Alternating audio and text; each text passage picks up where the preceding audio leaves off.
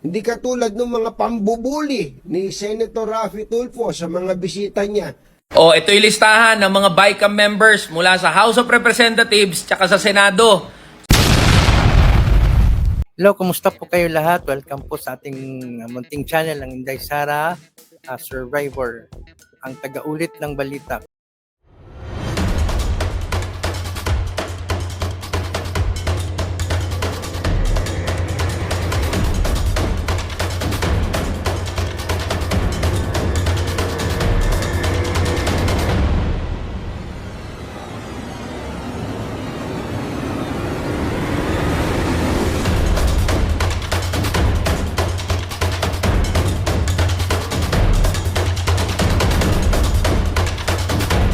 Sino ba yung Bicameral Conference Committee?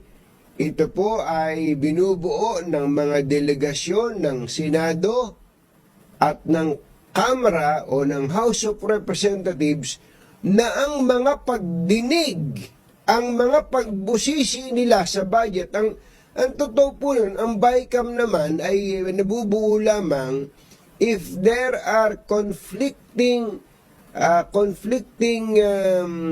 provisions ng dalawang bersyon ng House at Senate ng isang panukalang batas. Ang problema po sa BICAM, mga kababayan, hindi po yan open. Hindi po yan transparent. Hindi katulad ng Quadcom hearing. Hindi katulad ng hearing kay Apollo Kibuloy ng Senado. Hindi katulad ng mga pambubuli ni Senator Raffy Tulfo sa mga bisita niya na open to the public at yung pag-grandstand nila, open na open. Hindi po. Yung pong Bicameral Conference Committee meeting ay hindi po open to the public. Ang tanong why? Why? Why is it so confidential? Why is it secret? Why is it behind closed doors? Yun po ang tanong siguro ng ating mga kababayan. Yun na nga. Doon pala, nagkakayarian. Mga boss, na-restrict yung account ko tsaka yung pagla-live ko dahil pinangalanan natin yung mga miyembro ng Kongreso at Senado na bahagi ng Bicameral Conference Committee meeting na nag-aproba, nagbago, nagchapsoy-chapsoy at nagmagic-magic ng 2025 budget. O, ito yung listahan ng mga BICAM members mula sa House of Representatives tsaka sa Senado. Screenshot nyo na yan, mga boss. O, di ba maangas, mayayabang itong mga politikong to? Pinagmamalaki nila bawat galaw, bawat kibot nila. Pini-PR nila, binubugan nila sa media. O ngayon, sige, simple lang ang tanong ng mamamayang Pilipino, ng mga PhilHealth members, ng mga manggagawa. Pumirma ba kayo o hindi sa BICAM version ng 2025 budget? Sige nga, ngayon nyo ilabas yung yabang, yung angas ninyo.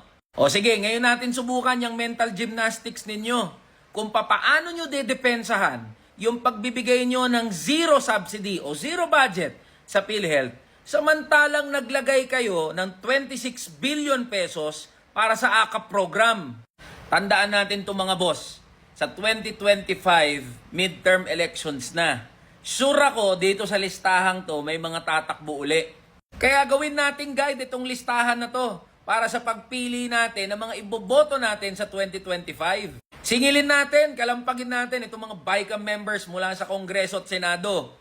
Sure ako, mga boss, itong mga politikong to, lalong-lalo na yung mga re-electionist, umiikot na yan kung saan-saan dito sa Pilipinas. Ngayon, sa pagkakataon na pumunta sila sa inyo, pag may patawag na pulong yung mga yan, tanungin agad natin yung mga yan. Dear Boss Congressman, Boss Senator, pumirma po ba kayo sa BICAM version ng 2025 budget? Pag nagkanda pilipilipit, yung sagot ng mga yan, alam nyo na. O yun lang, mga boss. Gantihan natin yung mga kupal na mga politiko na yan. Sinisiguro ko sa taong bayan na hindi ako kailanman pumirma ng anumang papel hinggil sa budget ng 2025 o sa BICAM report na yan na nagsusulong na magbawas ng pera sa mga lehitimong proyekto. Paano ko naman pipirmahan ang blankong papel? Ito yung mga blanko. Hindi mo na pass a law with blank. It has to be complete, Elisa. That is not allowed. He's lying. He's a president. He knows that you cannot pass a GAA without with a blank. He's lying. He's lying because he knows perfectly well that that doesn't ever happen. Sa kasaysayan ng buong Pilipinas, hindi pinapayagan na magkaroon ng item ang GAA nang hindi nakalagay kung ano yung project at saka ano yung gastos, ano yung pondo. My God, I hate Mananawagan ako sa aking kapatid, ng ating mahal na Pangulong Bongbong, na kung mahina ang aking boses na mag-isa, ngayon nawa ay marinig mo ang sama-samang sumamo ng taong bayan. Kasi nung siya ay nagsona, nung ikaw ay nagsona, nagsabi ka ng mga proyektong dapat unahin.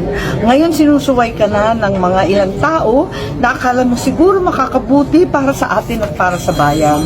Pero nakita naman natin na eto nga at nakikiusap ako na sana pakitutukan mo ang issue ng pondo at ng budget at ipaalala na ang pakikialam ng mga mambabatas sa departamento at mga sangay ng gobyerno ay labag sa batas at labag sa konsensya ng tao. Sinisiguro ko sa taong bayan na hindi ako kailanman pumirma ng anumang papel hinggil sa budget ng 2025 o sa BICAM report na yan na nagsusulong na magbawas ng pera sa mga lehitimong proyekto.